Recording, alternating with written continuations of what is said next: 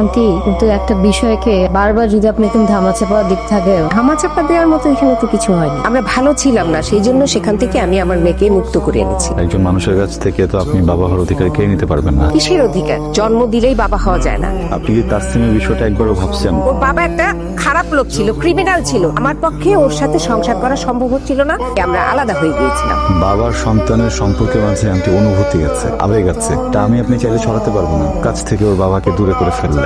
একজন মা হিসেবে আপনি আপনার সন্তানকে সব দিতে পারবেন, তো পৃথিবীটা কিনে এনে দিতে পারবেন, কিন্তু কখনো ওর ভিতরের বাবার শূন্যতা পূরণ করতে পারবেন না। আমি আসলে তোকে মিথ্যে বলেছিলাম। তোকে বলেছি তোর বাবা তোকে জন্ম দিতেই চাইনি, অ্যাবর্শন করাতে চেয়েছিল, এরতে ছিল না। তোকে বলেছি যে আমাকে বের করে দিয়েছে, আসলে তা না। আমি চলে এসেছিলাম, তোর বাবাকে তোর কাছে খারাপ করেছি, তোকে ভীষণ ভালোবাসি।